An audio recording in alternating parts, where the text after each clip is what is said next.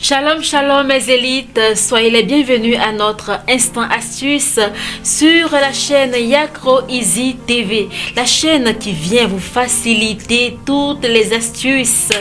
Alors aujourd'hui nous parlerons du café littéraire et au programme nous aurons la rédaction de l'introduction de la dissertation littéraire. Et oui, épreuve à laquelle seront confrontés les candidats du baccalauréat. Sur ce, dissertation vient du verbe disserter, qui veut dire ici raisonner, porter une réflexion sur une information de littérature. Ce peut être donc sur le personnage, sur un genre littéraire, sur un mouvement littéraire et j'en passe. Alors, en combien de parties sont composés les sujets de dissertation littéraire? En 2 parties. L'information puis la consigne. C'est déjà dit alors.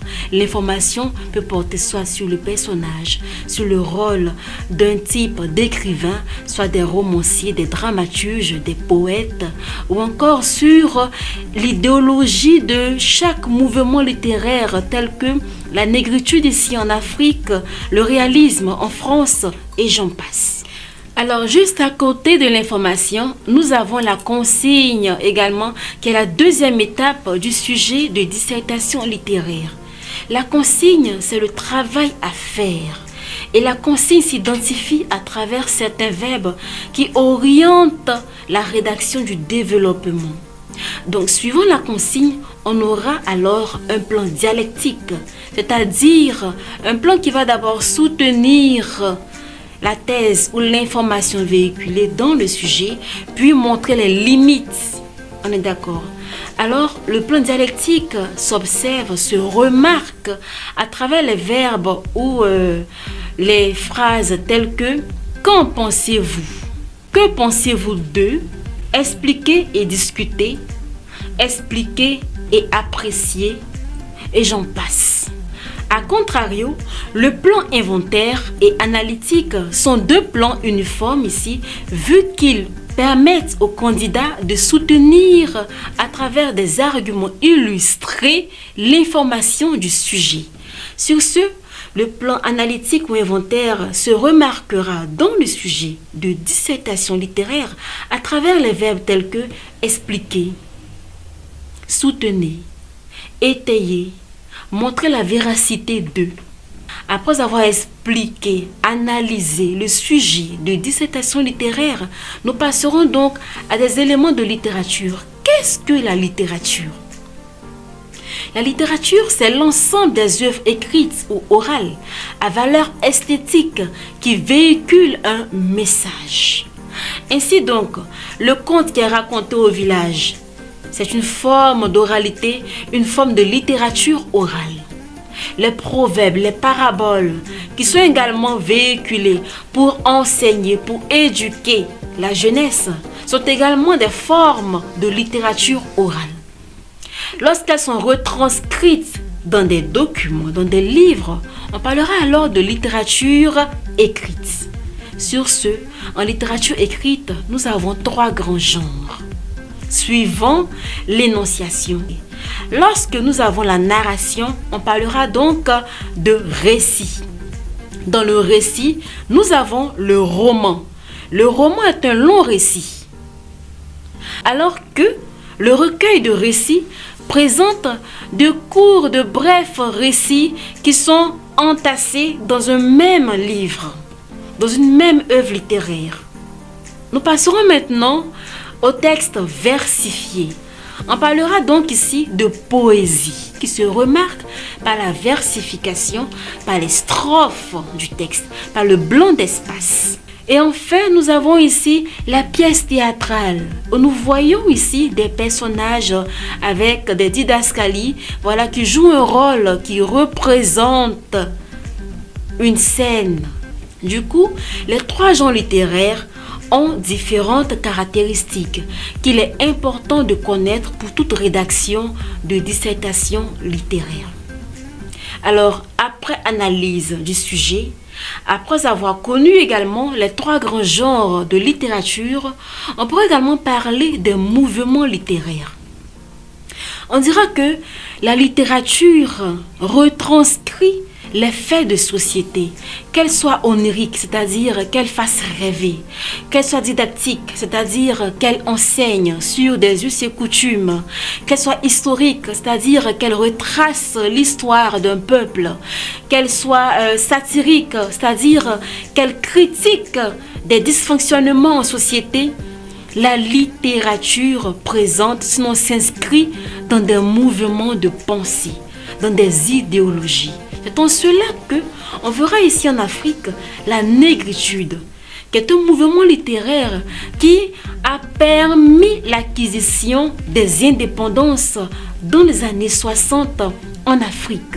On verra également en France le classicisme au XVIIe siècle français, par la suite le siècle des Lumières, le romantisme, le réalisme qui viendront ici au XIXe siècle après la révolution industrielle par la prise de la Bastille en 1789. Donc pour dire que toute œuvre littéraire s'inscrit dans un mouvement de pensée. Donc c'est très important de connaître tout cela. Alors chers candidats, allez encore relire tous vos bouquins, vos cahiers, vos cours sur le romantisme de la seconde, de la première, de la terminale. Relisez les groupements de textes poétiques, théâtre, relisez tout cela, c'est très important.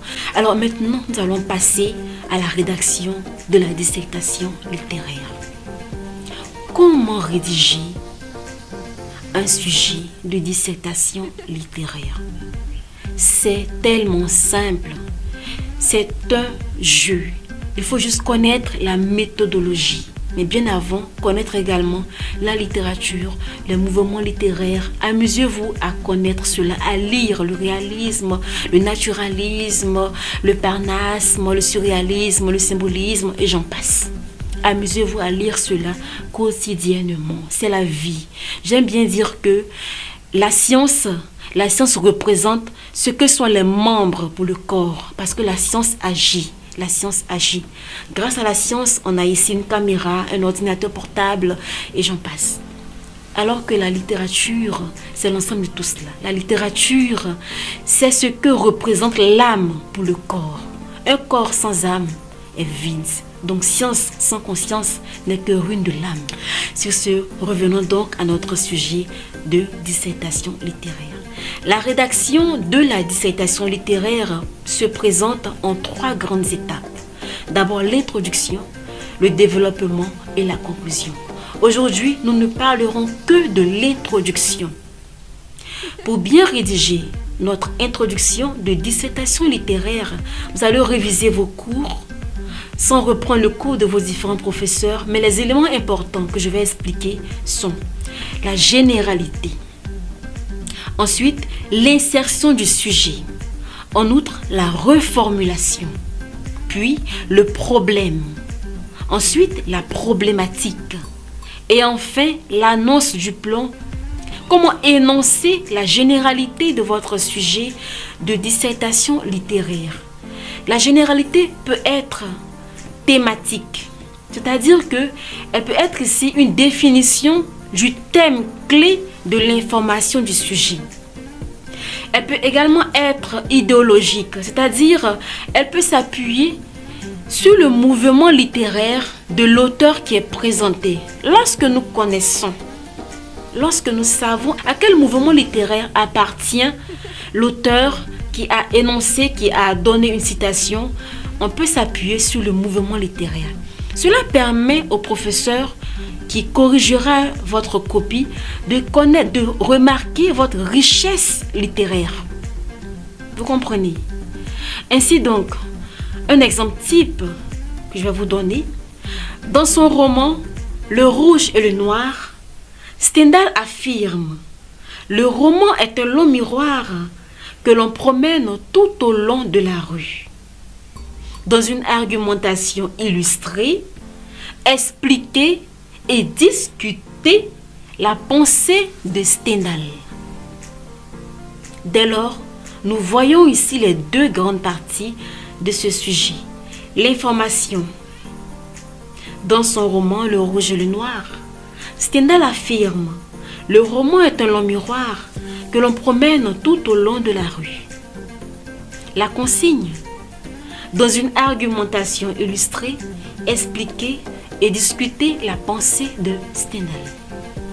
Alors, un tel sujet pourrait montrer ici la richesse culturelle, littéraire du candidat. Ça a été précisé le nom de l'auteur, Stendhal.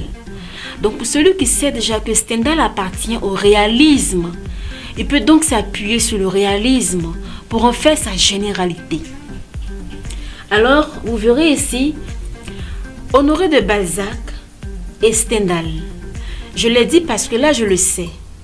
Mais pour celui qui ne sait pas, qui sait juste que c'est Stendhal qui appartient au réalisme, il peut juste dire que c'est Stendhal.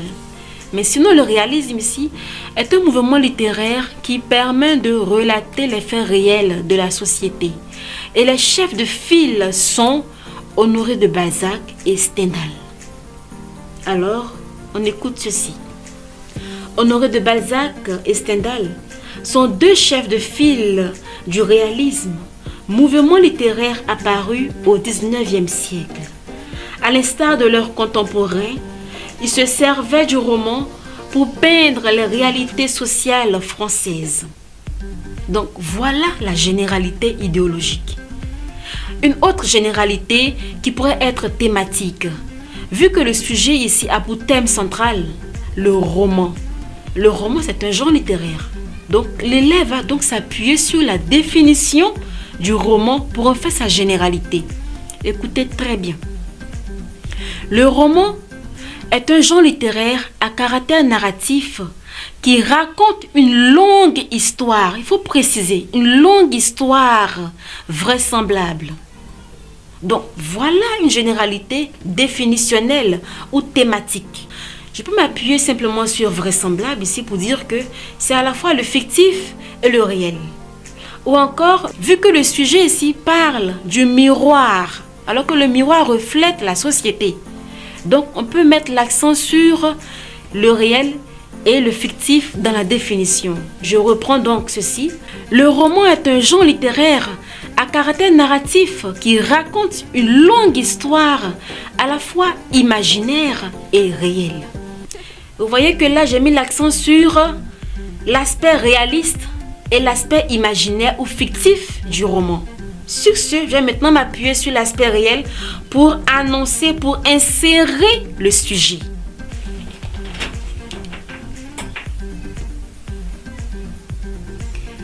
Ah, la science. Merci à la science, bien que la littérature soit la mère de toutes les sciences. D'accord, donc après une telle généralité définitionnelle qui met l'accent sur la réalité du roman, nous pourrions maintenant insérer le sujet. Observez. Le roman est un genre littéraire à caractère narratif qui raconte une longue histoire à la fois imaginaire et réelle. C'est sur cet aspect réel du roman ou de l'œuvre romanesque que Stendhal affirme. Vous voyez un peu comment je vais introduire, insérer le sujet. Partant de cet aspect ou partant de l'aspect réaliste de l'œuvre romanesque, Stendhal affirme ceci. Le roman est un long miroir que l'on promène tout au long de la rue. À cet effet, je m'arrête là. Donc voilà l'insertion du sujet. Je l'ai introduite sinon à l'aide de la généralité définitionnelle. Quant à la généralité idéologique, qui parle ici du mouvement littéraire de l'auteur qui a cité, voilà, je reprends. Honoré de Balzac et Stendhal sont deux chefs de file du réalisme, mouvement littéraire apparu au XIXe siècle. À l'instar de leurs contemporains, ils se servaient du roman pour peindre les réalités sociales françaises. C'est en ce même canevas de pensée que Stendhal affirme « Le roman est un long miroir que l'on promène tout au long de la rue ». Alors juste après l'insertion du sujet, il faut maintenant passer à la reformulation. La reformulation n'est rien d'autre que de formuler à nouveau, ou de dire autrement le sujet, ce qui a été dit. Ainsi donc, autrement dit pour annoncer la reformulation. Donc, autrement dit, l'œuvre romanesque reflète les événements de la société. Voilà la reformulation. On peut la formuler de plusieurs manières, mais restons toujours dans l'idée du sujet. En outre, après la reformulation, on passera donc au problème. Comment retrouver le problème d'un sujet? C'est simple. On se pose la question: de quoi est-il question dans ce sujet? Dans l'exemple-ci, on pourrait dire qu'il est question du rôle du roman, ou encore de l'aspect réaliste du roman. On est d'accord? Donc voici le problème qui sera posé maintenant. À cet effet, nous sommes interpellés sur le rôle, voire la fonction du roman, ou voir l'aspect réaliste du roman. Donc voilà le problème qui est posé, le rôle du roman. Puis, nous aurons donc la problématique. Les professeurs barrent le reste du travail lorsque la problématique est mal menée. Parce que là, on sait si l'élève a compris ou non le sujet. La problématique s'inspire de la consigne. Lorsque c'est un plan dialectique, on devrait percevoir dans la problématique les deux parties, les deux questions, une qui va soutenir et l'autre qui va montrer les limites de l'information. On est d'accord? C'est d'ailleurs la raison pour laquelle on dira que lorsque la problématique est bien menée, il n'est plus nécessaire d'énoncer l'annonce du plan. Ainsi donc, elle sera alors facultative. Mais lorsqu'on n'est pas sûr de notre problématique, on peut toujours mettre l'annonce du plan pour faire comprendre clairement au correcteur ce que on a voulu dire dans la problématique. Donc, voici la problématique. Le genre romanesque aurait-il uniquement la fonction réaliste? Voici la première question de la problématique qui vient ici soutenir l'information du sujet. La deuxième question de la problématique qui montrera les limites du sujet, vu que c'est la consigne dialectique, expliquer et discuter. N'existerait-il pas d'autres fonctions qui la caractériseraient?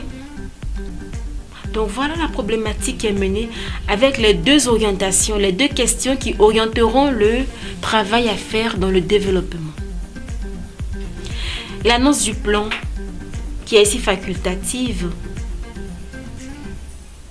Notre réflexion s'articulera sur cette problématique en étayant le caractère réaliste du roman, puis en présentant les limites d'une telle assertion.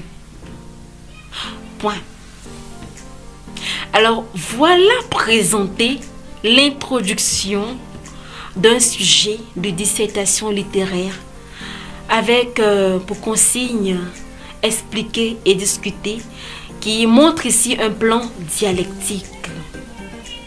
J'espère que vous avez pris bonne note de ce travail qui nécessite une grande réflexion, qui nécessite une grande culture littéraire.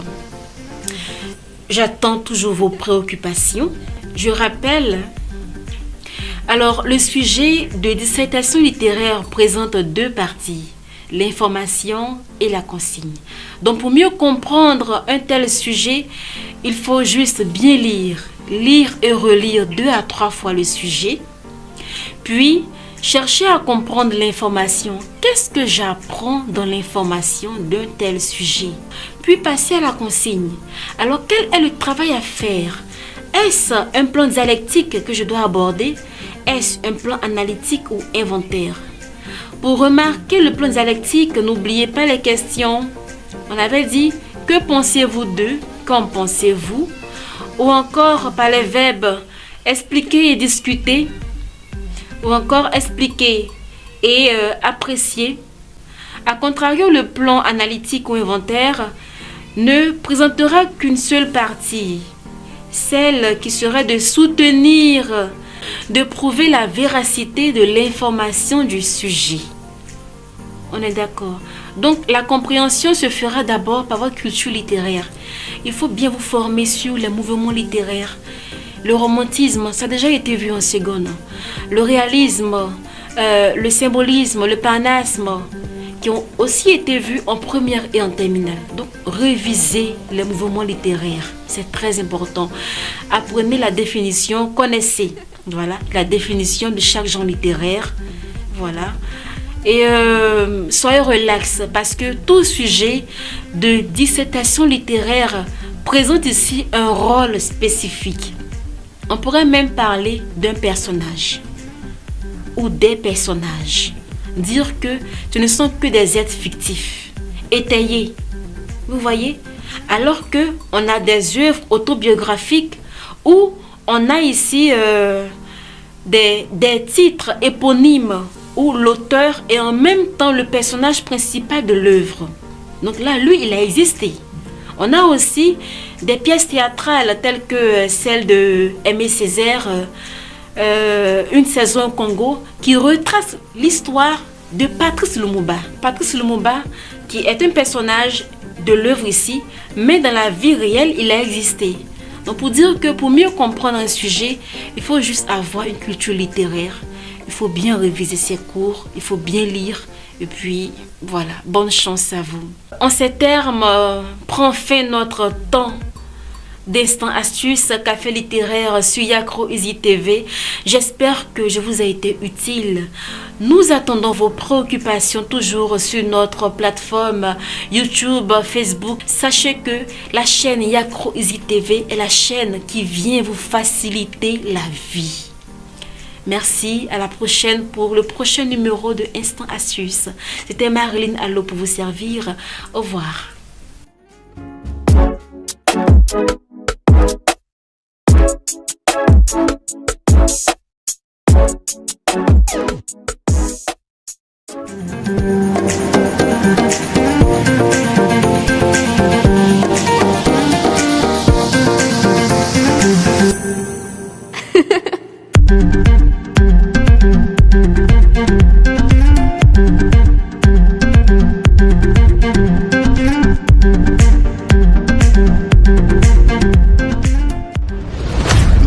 À bas prix, votre boutique en ligne vous propose tous ces produits incontournables.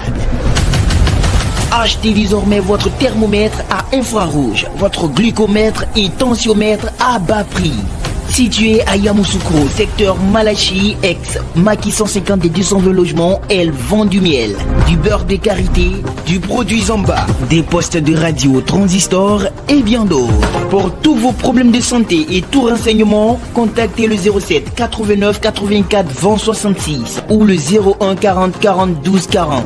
À bas prix famille, ne vous laissez plus surprendre par la maladie.